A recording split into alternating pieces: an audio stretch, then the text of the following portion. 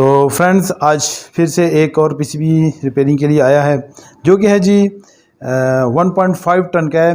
ग्री का DC inverter एक conditioner है और इसका आउटडोर यूनिट है। तो देखें, अभी मैंने इसको खोला नहीं है, इसके देखें स्क्रूज वगैरह भी लगे हुए हैं। तो यहाँ से मैंने इसको टेस्ट कर रहा था, लेकिन अभी इसकी ऐसी मुझे कोई समझ नहीं आई है कि इसमें क्या फॉल्ट है। तो इस वक्त इसको खोल लेते हैं और देखते हैं कि ये क्योंकि E6 एरर दे रहा है और बिल्कुल भी कहीं से भी जो ऐसा कुछ डैमेज वगैरह नज़र नहीं आ रहा है मुझे। तो अभी देखते हैं, इसको जब अंदर से खोलेंगे तो ज़्यादा पता चलेगा कि यहाँ पे इसमें क्या ऐसा डैमेज है। तो इसको खोल लेते हैं और फिर इस पर मज़ीद जो है वो काम करते हैं। तो देखते हैं कि इसकी पोजीशन क्या आ रही है और खोल लेते हैं इसको जी। अब यहाँ पे इस पीसीबी को तो मैंने खोल लिया और थोड़ा सा चेक भी किया है, लेकिन देखें इसमें आज जो ये पीसीबी है इसमें बिल्कुल डिफरेंट फॉल्ट है। आज वो पुराना फॉल्ट जो मैंने इससे पहले 2-3-4 वीडियो बनाई हैं, तो वो वाला फॉल्ट इस पीसीबी में मौजूद नहीं है। तो देखें, इसका मैं अगर आईपीएम देखता हूँ तो वो भी बिल्कुल ठीक है और मैंने इसको चेक किया है। तो जब चेक किया है तो वैसे तो चेक करने के लिए मैंने ऑलरेडी वीडियोज़ बनाई हुई हैं, लेकिन यहाँ पर मैं आपको कन्फर्म कर देता हूँ। तो देखें, जब मैं इसका पॉजिटिव टू नेगेटिव जाता हूँ तो ये देखें जो है वो वैल्यू देता है और इसके बाद ये देखें इसको बंद हो जाना चाहिए अपनी। ये देखें जी, ख़त्म हो गया। इसके बाद ये यहाँ पे किसी पर भी वैल्यू शो नहीं करेगा, जो कि एक अच्छी बात है कि इसका आईपीएम जो वो ठीक है। अब मैंने रिवर्स पोलैरिटी कर दी जी, नेगेटिव पे पॉजिटिव, पॉजिटिव पे नेगेटिव। तो देखें ये वैल्यू शो की और ये देखें जी 0.28 जो है वो वैल्यू शो कर रहा है, जो कि वोल्टेजेस हैं, ठीक है। लेकिन इसमें कुछ ऐसा मसला है जिसकी वजह से ये कम शो कर रहा है, लेकिन इसका मतलब ये है कि ये आईपीएम जो है वो शॉर्ट नहीं है, उसमें मसला नहीं है। इसके अलावा जब मैं इसकी डायोड्स पे देखता हूँ तो डायोड्स को चेक कर लेते हैं। तो ये देखें यहाँ पर भी वोल्टेजेस ही हमें नज़र आ रहे हैं, किसी किस्म का शॉर्ट सर्किट जो है वो नज़र नहीं आ रहा है। देखते हैं, अब यहाँ पे देख लें तो यहाँ पे भी सेम ही पोजीशन है और देखें यहाँ पे भी ऐसा कुछ भी मसला नहीं हुआ। तो मैंने कहा चले ज़रा, हाँ जी जी जी जी ये देखें जी, ये जी मिल गया जी जनाब। देखें अब यहाँ पे आप देख सकते हैं कि इसका जी एक जो IGBT है वो मुकम्मल तौर पे शॉर्ट हो चुका है। तो ये इसका जो है वो बैड साइन है, इसी वजह से ये आईपीएम जो है वो हमें डिस्टर्बेंस दिखा रहा है। और मैं सोच रहा था कि ये इसके तमाम जो IGBTs हैं वो सही हैं, क्योंकि मैंने एक चेक किया था तो उसे मुझे देखें ये बिल्कुल 0-0 शो कर रहा है। अब इसकी वजह से ये पूरा पीसीबी जो है वो डेड पड़ा हुआ है।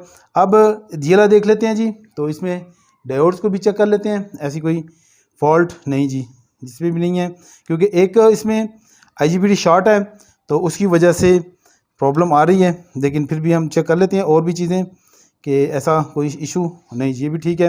अगर इसका रेक्टिफिकेशन चेक की जाए तो ब्रिज रेक्टिफायर को जब मैं चेक कर लेता हूँ तो ये क्या करता है जी, तो ये सिफर वगैरह तो शो नहीं करता। तो ये देखें जी, ये देखें इस वक्त ये जो है वो सिफर शो कर रहा है जी, और ये एक अच्छी बात नहीं है। देखें अब यहाँ पे क्या होगा कि हम क्या करेंगे, और ये इसके अगले पॉइंट जो है वो सही शो कर रहा है। तो ये देखें पहला जो इसका पॉइंट है वो सिफर शो कर रहा है। अब यहाँ पे दो चांसेस हैं कि जब हम इस IGBT को चेंज कर लेंगे तो फिर इसके बाद इसको चेक करेंगे, अगर फिर भी ये फॉल्टी हुआ तो फिर इसका ब्रिज रेक्टिफायर भी चेंज कर देंगे। इसके अलावा इसका SMPS जो ब्रिज रेक्टिफायर है वो भी चेक कर लेते हैं। और अगर हम देखते हैं अगर फिज़िकली, तो देखें फिज़िकली इसके कैपेसिटर्स तमाम चीज़ें जो हैं वो बिल्कुल ठीक हैं। इसके अलावा मैंने इसके जब जो फ्यूज़ थे वो चेक किए थे तो वो भी बिल्कुल ठीक हैं, दोनों ही फ्यूज़ ठीक हैं। इस वक्त इनमें ऐसा कोई इशू मौजूद नहीं है। तो अभी फॉल्ट तो हमें एक मिल चुका है, तो वो देखते हैं उसको ठीक करने के बाद ये पीसीबी सही होता है कि नहीं होता है। तो इसकी ब्रिज रेक्टिफायर को भी फिर चेक करेंगे और दोबारा से फिर इसके तमाम वोल्टेजेस चेक करेंगे कि ये पीसीबी ठीक हुआ कि नहीं। तो चले मैं इसको निकालता हूँ यहाँ से और निकाल के फिर आपको चेक करवाता हूँ कि ये ठीक होता है कि नहीं होता। अब यहाँ पे आप देख सकते हैं कि मैंने पीसीबी में से जो है IGBT को वो बाहर निकाल दिया है। तो ये भी मैं आपको टेस्ट करके दिखाता हूँ, लेकिन सबसे पहले मैं आपको दिखाऊंगा कि यहाँ पे अब पोजीशन कैसी आ गई है, क्योंकि इसका IGBT जो था वो भी थोड़ा सा सही शो नहीं हो रहा था और इसका जो रेक्टिफायर ब्रिज है वो भी ठीक नहीं था। तो अभी यहाँ पे ऐसी सिचुएशन कुछ बेहतर हुई कि नहीं, वो भी ख़राब चीज़ें हैं। तो देख लेते हैं इनको। तो देखें मैंने डायोड मोड पे कर लिया हुआ है। तो जब इसका IPM को हम चेक करते हैं तो देखते हैं देखें पॉजिटिव टू नेगेटिव, और नेगेटिव पर नेगेटिव प्रोब और पॉजिटिव पे पॉजिटिव। तो देखें हमें ये क्या वैल्यू देता है, तो एक मिनट ये शो देखते हैं। और ये देखें जी वो जो वोल्टेजेस हैं वो बढ़ के और मैक्सिमम पे जाके और ख़त्म हो गए। तो इसका मतलब है कि ये यहाँ पे इस वक्त इसकी वन साइड पोजीशन जो है वो ठीक है।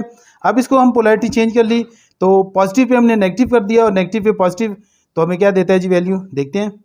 तो देखें अब ये देखें इसकी जी वैल्यू बढ़ गई, पहले ये 2.244 कुछ वैल्यू दिखा रहा था, अब ये 0.643 दे रहा है। तो ये एक अच्छा साइन है और इसका मतलब है कि हमारा जो IPM है वो बिल्कुल ठीक है, उसमें ऐसा कोई भी इशू मौजूद नहीं है। और इससे पहले भी मैंने जो वीडियोस बनाई हैं उनमें भी मैंने बड़े अच्छे से इनको टेस्ट करना सिखाया हुआ है। और अगर आपने नहीं सीखा अभी तक अच्छे से टेस्ट करना तो आप ज़रूर सीख लें, ताकि आपके नॉलेज में इजाफा हो। और अगर आप प्रोफेशनली काम करने वाले हैं तो फिर आपकी ये बहुत ज़्यादा ज़रूरत है।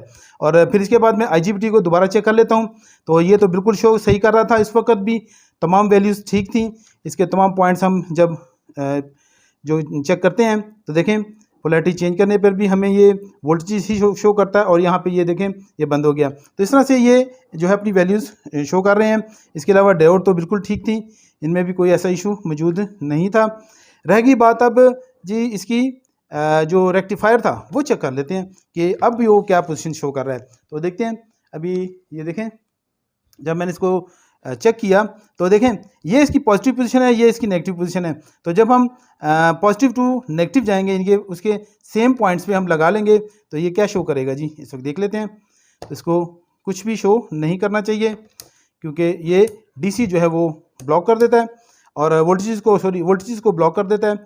अब यहाँ पे इसकी हमने पॉजिटिव पे नेगेटिव प्रोब लगा दी और पॉजिटिव पे नेगेटिव, तो क्या करता है जी अभी देख लेते हैं। ये क्या है जी, ये तो जी तो देखें जी ये दिखा रहा है 0.381 वोल्ट, तो जो कि ठीक है।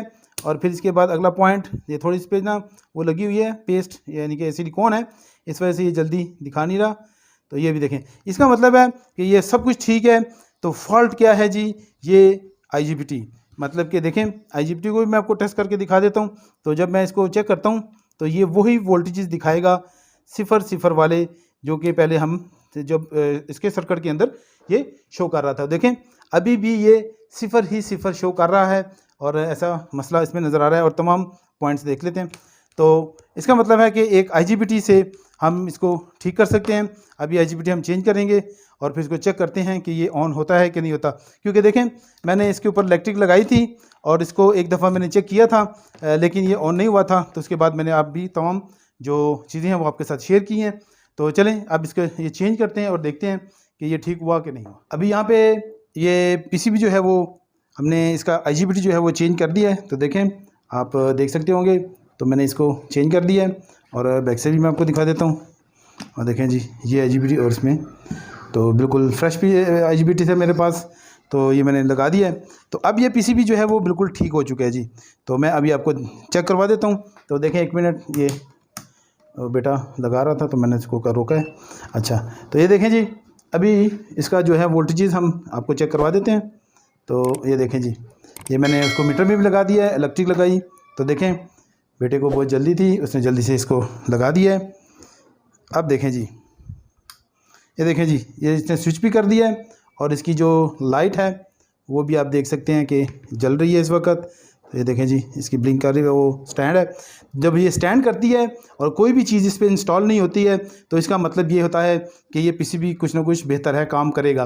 क्योंकि जब ये कम्युनिकेशन सिस्टम के साथ इंस्टॉल हो जाता है, टच हो जाता है, तो फिर ये ब्लिंकिंग करता है। तो इसकी मुख्तलिफ ब्लिंक्स होते हैं, या कंटिन्यूस ब्लिंक करता है जिससे ये पता चलता है कि ये काम कर रहा है। और जब फॉल्ट देता है तो फिर इसके अलग से ब्लिंक्स होती हैं। तो आज हमारे पास इसका जो मुकम्मल यूनिट जो है वो भी मौजूद है। तो हम क्या करेंगे, उसमें इसको टेस्ट चेक करेंगे कि ये प्रॉपरली काम कर रहा है कि नहीं कर रहा है। अब यहाँ पे हमने क्या किया कि तमाम PCB को जो है वो आउटडोर यूनिट में इंस्टॉल कर दिया है। इसकी इलेक्ट्रिक भी लगा दी हुई है और इसके देखें कनेक्शन भी हमने कर दिए हैं। इसके अलावा इसके इंडोर के कनेक्शन भी हो गए हैं। अब हम इसको स्टार्ट देते हैं। तो चलिए जी इलेक्ट्रिक ऑन करें। तो देखें इलेक्ट्रिक ऑन की और ये देखें जी इसका डिस्प्ले जो है वो ऑन हो चुका है। और अब हम क्या करेंगे कि इसकी जो है वो टेम्परेचर को सेट कर लेते हैं। अब इसके टेम्परेचर को कम कर देते हैं। तो आप देख सकते हैं ये जी 16 पे चला गया। तो ये मैंने सेटिंग कर दी इसकी।